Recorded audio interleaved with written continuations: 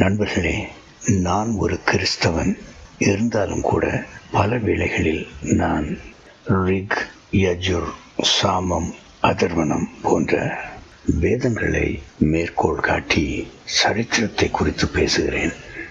அது ஏன் அப்படின்னு கேட்டீங்கன்னா, உலக சரித்திரம் கிமு 5554 ஆண்டில் ஆதாம் மற்றும் ஏவாளுடன் ஆரம்பமானது. அதுக்கு பிறகு மனு என்று அழைக்கப்படுகிற நோவாவுடைய மகா ஜலப்பிரளயம் கிமு 3298 ஆண்டில் நிகழ்ந்தது. இந்த வருஷங்களை பைபிளில் காணப்படுகிற வம்சாவளி பட்டியலை அடிப்படையாக கொண்டு நான் உங்களிடம் கூறுகிறேன். ஜலப்பிரளயத்திற்கு பிறகு பைபிளில் கூறப்பட்டுள்ள அடுத்த முக்கிய நிகழ்வு என்னன்னு பார்த்தீங்கன்னா, அது மெசபொட்டோமியாவில் யூப்ரட்டிஸ் நதியின் மேற்கு புறத்தில் அமைந்த ஊர் என்ற நகரில் யாவே தெய்வம் ஆபிரகாமை சந்தித்து பேசுவதுதான். பைபிளுடைய அதே வம்சாவளி பட்டியலை வச்சு அந்த மகா ஜலப்பிரளயத்திற்கும் ஆபிரகாமின் காலத்திற்கும் இடையில் எவ்வளவு ஆண்டுகள் என்று பார்த்தால் அது 1000க்கும் மேற்பட்ட ஆண்டுகளாகும். இந்த 1000 ஆண்டுகளுக்குள் என்னென்ன நிகழ்ந்தது அப்படின்னு பார்க்கணும்னா, நம்முடைய வேதங்கள் எவ்வளவுதான் மாற்றி மாற்றி எழுதப்பட்டிருந்தாலும் கூட அவைகளை நாம் அங்கே காண முடியும். இப்போ வேதங்களின் நிகழ்வுகள் எவ்வளவுதான் இந்தியாவையே சுற்றி சுற்றி வந்தாலும் கூட யூதர்களுக்கும் கிறிஸ்தவர்களுக்கும் அந்த வேதங்கள் எதை பற்றி பேசுகின்றன என்ற அறிவு மிகவும் முக்கியம். ஏன்னு கேட்டீங்கன்னா, யூதர்களுடைய ஆதி தந்தையான நோவாவின் மகன் சேம் தான் பண்டை கால பாரத தேசத்தின் ஸ்தாபகரும் கூட. அது மட்டுமல்ல, இதே இந்திய மண்ணில்தான் சேமுடைய சகோதரனான இந்து மதத்தில் காமதேவன் என்று அழைக்கப்படும் பைபிளின் காம் தனது சொந்த பூமியான ஆப்பிரிக்காவை விட்டு இங்கு வந்து சேம் என்ற பரத மகாராஜாவின் ராஜ்யத்தை தட்டி பறிக்க முயன்றார். ஆனால் அதே நேரத்தில் இந்தியர்களால் ஹேமந்த் குமார் என்று அழைக்கப்படும் டயோனிசியஸ் காமதேவன் தனது தகப்பனை கொலை செய்திருந்த காரணத்தினால் அவரை பின்தொடர்ந்து இந்தியா வர, காமதேவனுக்கு இந்தியாவை விட்டு தப்பி வெளியோடி பண்டைய பாக்டீரியா நாட்டை சென்றடைய வேண்டிய நிர்பந்தம் ஏற்பட்டது. இப்போ நாம் பைபிளினுடைய கதை சுருக்கத்தை பார்த்தாலும் கூட அது காமதேவன் மற்றும் சேமின் இனத்தவர்களுக்கு இடையே ஏற்படும் பூசல்கள் சம்பந்தப்பட்டதுதான். இந்த 2 பேர்கள்ல ஒருத்தரான சேம் என்று அழைக்கப்படும் பரத மகாராஜா நோவா என்ற மனுவின் தெய்வமான யாவே தெய்வத்தை நாராயணர் என்ற பெயரில் வழிபட்டவர்.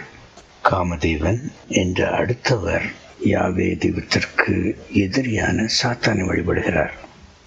இவங்களுடைய வாழ்க்கைகளில் நடந்த நிகழ்வுகளை பார்க்கும்போது நமது கிரகத்தில் இறைவன் மற்றும் சாத்தானுக்கிடையே நடக்கும் இந்த ஆவிக்குரிய போராட்டங்களை நாம் தெளிவாக காண முடியும். இப்போ நாம் வேதங்கள் எவ்வாறு உருவாயின அப்படின்னு பார்ப்போம். வெள்ளத்துக்கு பிறகு சேம் என்ற பரத மகாராஜாவும் அவருடைய மக்களும் நோவாவின் பேழை இறங்கிய ஆர்மீனிய பகுதியிலிருந்து இந்தியா வந்து அங்கே ஏற்கனவே குடியேறியிருந்த நோவாவின் 3வது மகன் யாப்பேத்தின் வழித்தோன்றல்களான புரு வம்சத்தவருடன் இணைந்து பண்டைய பாரதத்தை ஒரு கூட்டணி அரசாக ஸ்தாபித்தார். இருந்தாலும் வெகு விரைவிலேயே அவர்களுக்குள் பல கருத்து வேறுபாடுகள், போர்கள் மூண்டன, நாடு இரண்டுபட்டது. இந்த யுத்தங்களில் தோற்கடிக்கப்பட்ட தங்களின் ஒரு பகுதியினர் கொஞ்சம் கொஞ்சமாக மேற்கு நோக்கி நகர்ந்து கிரேக்க நாட்டையும் தாண்டி அல்பேனியா வரை சென்றடைந்தனர். இவர்களுடைய மொழிகள்தான் இன்று இந்தோ யூரோப்பிய மொழிகள் என்று அழைக்கப்படுகின்றன. இதற்கு காரணம் என்ன என்று கேட்டால், இவர்கள் அனைவரும் ஓர் நாளில் இந்தியாவில் ஒட்டுமொத்தமாக வாழ்ந்தவர்கள் என்பதால் தான். இந்த மாதிரி விஷயங்கள் தான் மகா அலெக்சாண்டர் இந்தியா வந்தபோது அவருக்கு பெரும் வியப்பை கொடுத்தன. அது மட்டும் இல்லை, காமதேவன் பண்டைய பாக்டீரியா நாட்டிற்கு சென்றடைந்தார் அப்படின்னு சொன்னேன் இல்லையா. அங்கே அவர் பாரசீக நெருப்பு வழிபாட்டு மதத்தின் தீர்க்கதரிசியான ஜோராஸ்டர் ஆனார் என்று வரலாற்று அறிஞர் பெரோசஸ் கூறுகிறார். இதே ஜோராஸ்டர் தான் ரிக்வேதத்தில் ஜருதா என்றும் அழைக்கப்படுகிறார். ஆக பைபிளின் காமதேவனாகி காமதேவன் ஜருதா என்ற ஜோராஸ்டர் ஆகிவிட்டார். சேம் என்ற பரத மகாராஜாவின் காலத்தில் பாக்டீரியாவின் மக்களுக்கும் இந்திய மக்களுக்கும் இடையே ஜருதா என்ற காமதேவன் பகை உணர்வை தூண்டியிருப்பது தெரிய வருகிறது. பாக்டீரியாவில் தோன்றிய ஜருதாவின் நெருப்பு வழிபாட்டு மதம் பின்னாட்களில் ஈரானிலும் தழை தோங்கியது. அதனால்தான் இந்திய வேதங்களும் ஈரானியரின் புனித நூலான அவஸ்தாவும் எப்போதுமே ஒன்றுக்கொன்று முரண்பட்டவைகளாக காணப்படுகின்றன. இப்போ நம்முடைய வேதங்களில் இந்திரன் ஒரு கதாநாயகனாக இருந்த போதிலும் அவர்களுடைய வேதத்தில் அவர் வில்லனாக மாறிவிடுவார். அதனால எந்த ஒரு சம்பவத்தின் உண்மையையும் புரிந்து கொள்ள வேண்டுமானால் வேதத்தையும் படிக்கணும், அவஸ்தாவையும் படிக்கணும். அதுக்கு பிறகு உண்மை எதுவாக இருக்கும் என்று நாம் ஆராய்ந்து முடிவு செய்ய வேண்டும். ஒரு உதாரணத்துக்காக, பைபிளின் என்கிற காமதேவன், அதான் நம்முடைய ஜருதா செய்த அளவில்லாத கெட்ட காரியங்களுக்காக இறுதியில் யாவே தெய்வம் அவனை தனது அக்னியினால் எரித்து கொண்டு போட்டார். என்ன ஆச்சரியமா இருக்குதா? உண்மைங்க. நான் காமதேவனை எரித்தது யார் என்ற என்னுடைய வீடியோவில் இதை விளக்கியிருக்கிறேன். தயவுசெய்து அதை பாருங்கள். இந்த சம்பவத்தை நம்முடைய வேதங்களும் ஈரானியரின் புனித நூல்களும் தங்களுக்கு சாதகமான முறைகளில் யாவே தெய்வத்தை எந்த மட்டத்திலும் புகழாத விதத்தில் அறிவிக்கின்றன. ஆனால் சரித்திரம் தெரிந்தால் அங்கே நடந்தது என்ன என்பதை புரிந்து கொள்வது அத்தனை கடினமான காரியம் அல்ல. இப்போ நம்முடைய வேதங்களின் நிகழ்வுகள் பல ஆயிரம் ஆண்டுகள் கழித்து எழுத்து வடிவில் தொகுத்து வழங்கப்பட்டிருக்கின்றன.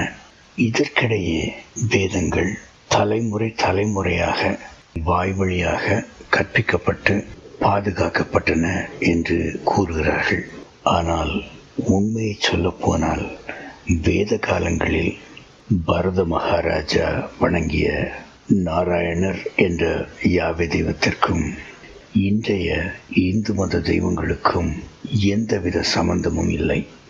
அதனால பிற்காலத்தில் வேதங்களை தொகுத்தவர்கள் இந்திரன் போன்ற தங்களுடைய மன்னர்களை எல்லாம் தெய்வங்களாக மாற்றி எழுதினார்கள்.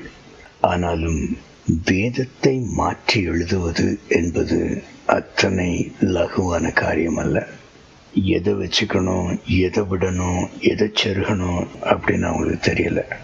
அதனால தான் ரிக்வேதத்தில் இன்னைக்கும் இயேசுவை பற்றி பிரஜாபதி, நிஷ்கலங்க புருஷா, நரநாராயணா அப்படிலாம் சொல்லி பல பழைய தீர்க்க தரிசனங்கள் காணப்படுகின்றன.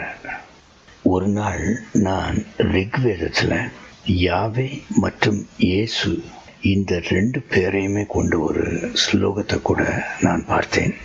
அது மட்டும் இல்லை, நம்முடைய வேதங்களின் ஒரு பகுதியான அதர்வ வேதத்தில் பில்லி சூனியம், மற்றவர்கள் மேல் எப்படி அசுத்த ஆவிகளை ஏவி விடுவது அப்படிங்கிறதெல்லாம் பற்றி கூட இருக்குது. இது சாத்தானை வழிபட்ட காமதேவனுடையது. ஆனால் இந்தியாவில் அது ரொம்ப பாப்புலர். அதனால நம்ம வேதங்களோட அதையும் சேர்த்துக்கிட்டாங்க. ஆக எது எப்படி போனாலும் பைபிளில் கொடுக்கப்பட்டிருக்கிற வம்சாவளி பட்டியல், அதனுடைய காலங்கள் மற்றும் சரித்திரத்தை நாம் அறிந்திருந்தால் எந்த வேத வித்வானுக்கும் கூட அறிய இயலாத காரியங்களை நாம் அறிந்து கொண்டு வேதத்தின் சம்பவங்களுக்கு ஒரு காலக்கிரமத்தை நம்மால் கொடுக்க இயலும். இதுதான் வேதங்களின் நம்பகத்தன்மை குறித்த என்னுடைய கருத்துக்கள் நண்பர்களே. எனது இந்த வீடியோவை பார்த்ததற்கு மிக்க நன்றி. மீண்டும் சந்திப்போம். வணக்கம்.